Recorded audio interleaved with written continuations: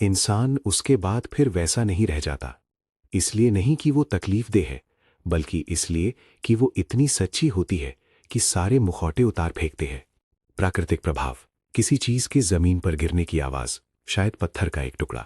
ये कोई कलात्मक प्रभाव नहीं है, बल्कि एक यथार्थवादी आवाज है जो एक आंतरिक पतन को दर्शाती है।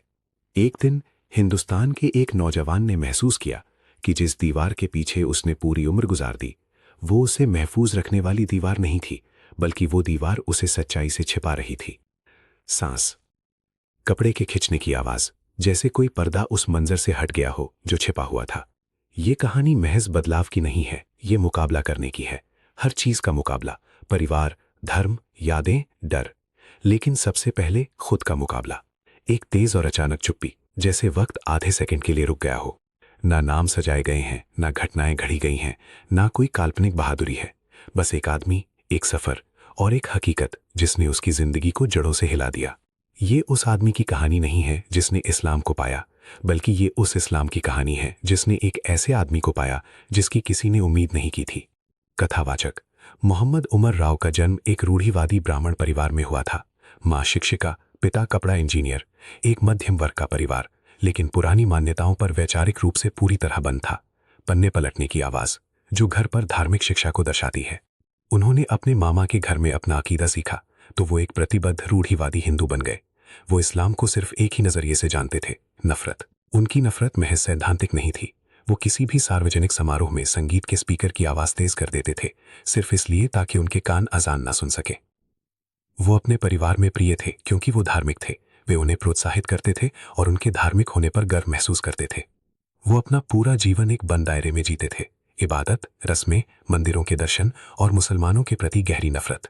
एक दिन उनकी मां ने उनसे एक मुस्लिम आदमी के स्वामित्व वाली कंपनी में काम करने को कहा। उन्होंने इनकार कर दिया।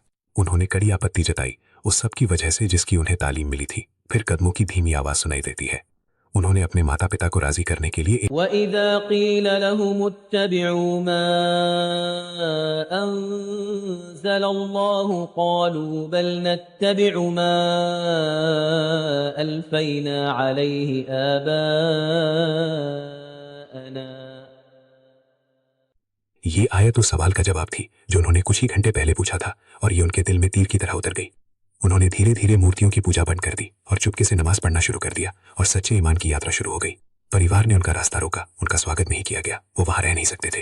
वो अपनी बहन के साथ निकल गए जिसने भी इस्लाम कबूल कर लिया था। एक पूरा साल बिना किसी ठिकाने के, ना कोई आम।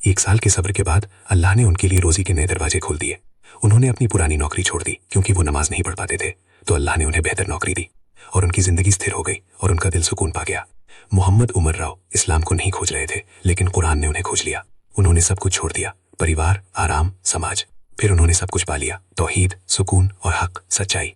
ये धर्म बदलने की कहानी नहीं है, ये उस इंसान की कहानी है जिसने पहली बार खुद को समझा।